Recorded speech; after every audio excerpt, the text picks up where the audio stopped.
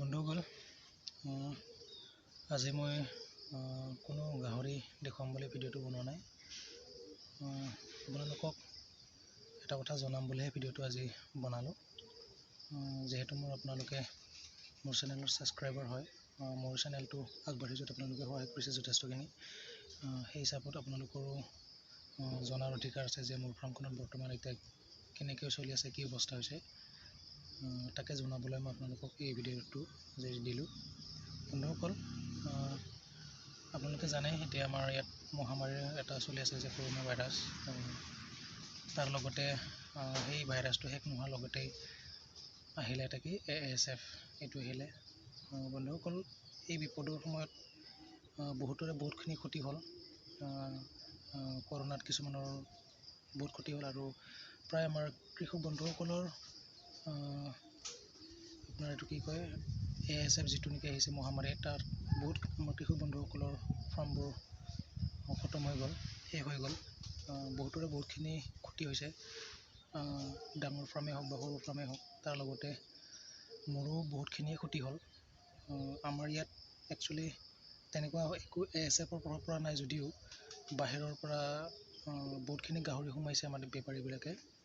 তো সেই হিচাপত আমাৰ ইয়াত মানে ক্লাছিকেল চুৱাইন ফিভাৰটো বিয়পিলে, বহুতখিনি বিয়পিলে।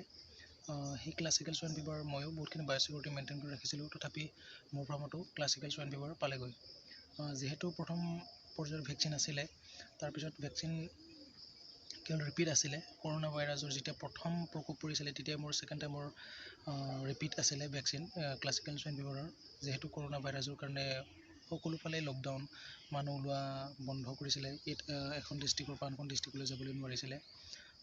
ঠিক সেই অসুবিধাত পৰি ময়ো মানে ছেকেণ্ড টাইমৰ ভেকচিনেশ্যন কৰাব নোৱাৰিলোঁ, ৰিপিট কৰিব নোৱাৰিলোঁ। সেই ৰিপিট কৰিব নোৱাৰাৰ ফলত মই ভাবিলোঁ ক্লাছিকেল চুৱাইনৰ যিহেতু আমাৰ ইয়াত তেনেকুৱা নাই, এইবাৰতো তেনেকৈ কৰাই দিওঁচোন, যিহেতু ছেকেণ্ড টাইমৰ কাৰণে মেটিঙো হৈ গ'ল সিহঁতৰ। তো ভাবিলোঁ সেইবিলাক ভাৱ নাই আৰু মোৰ, তথাপি থাকি যাব এনেকুৱা ভাবেই নাই ক্লাছিকেল চুৱাইন ফিভাৰ যে হ'ব মোৰ ফাৰ্মখনতো বা আমাৰ ইয়াতে যে হ'ব, সেইটো মোৰো ভাৱ নাছিলে।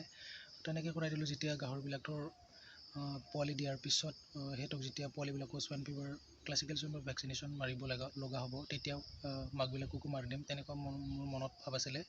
কিন্তু দুৰ্ভাগ্যবশতঃ যে মোৰ ফাৰ্মত প্ৰেগনেণ্ট হৈ থকা অৱস্থাতেই 2 মাহৰ প্ৰেগনেণ্ট আছিলে চাউবোৰ, আৰু গোটেইখিনিয়ে ক্লাছিকেল চুৱাইন ফিভাৰ পাই গ'ল।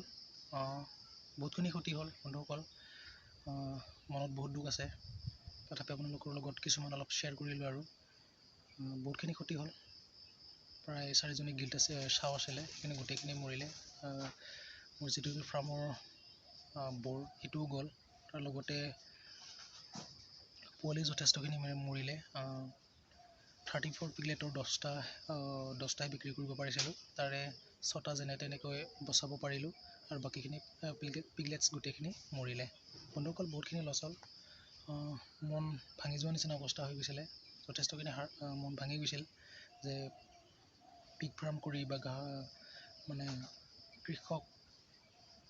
কৃষকৰ লাইনত গৈ জীৱনত ছাকচেছ হ'ব পাৰিম নে নোৱাৰিম, এইবিলাক বহুত বেজাৰ কৰিছিলে এইবিলাক প্ৰশ্নই।